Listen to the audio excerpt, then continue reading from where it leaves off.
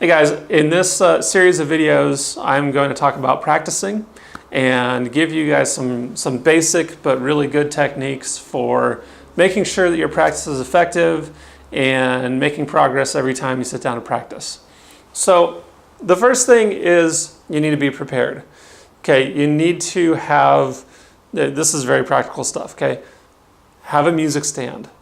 You know, get a Manhasset music stand, not one of the fold-out ones. They're just too flimsy and frustrating, at least that's my opinion. I like to have the Manhasset orchestra stand, that not the really huge long ones, but just the regular music stand. Have one of those. Have a comfortable chair, okay? Not like a metal folding chair, but something that is comfortable, that you can sit in for a longer period of time and not have to adjust or, you know, get up and take breaks and stuff like that because it's uncomfortable. Have your music organized in a way that makes it easy to find everything that you need. So I tell my students, get a 3-ring binder, get dividers in there, you know, have a section for riffs, songs, chords, scales, music theory, songwriting, improvisation, you know, all that kind of stuff that you're going to work on. Have that all organized so that you're not shuffling through a bunch of loose papers and trying to find what you're working on and all that kind of stuff.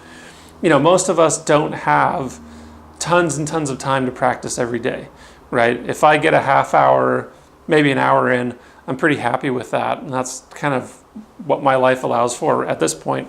So I don't want to waste a lot of time looking for all my music. So have it organized.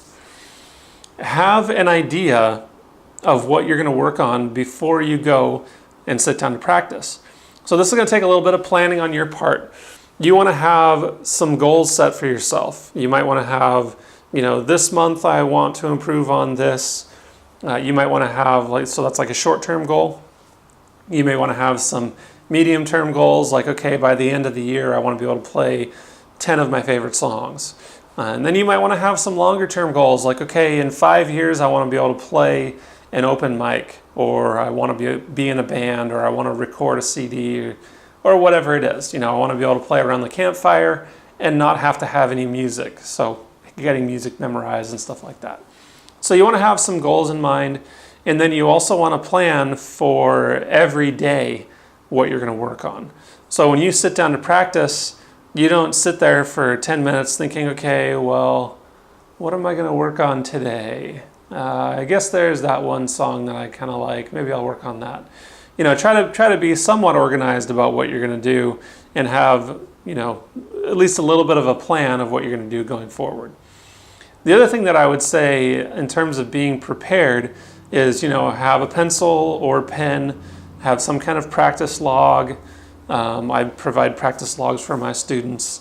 You know, have your metronome, have your tuner, have your guitar on a stand. If you can leave your guitar out, most of the time that's best.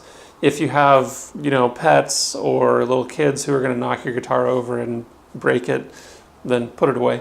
But if you can have your guitar out on a stand and ready to go, you can, you know, you can be prepared and actually be able to practice in like 5 or 10 minute sessions. So I think that's about what I wanted to say about being prepared, because like I was saying, you know, I don't have hours and hours and hours of time to practice. So I want to be able to go sit down, pick up my guitar, tune it real quick, and already know exactly what I'm going to do when I sit down so that I get the most out of my practice sessions.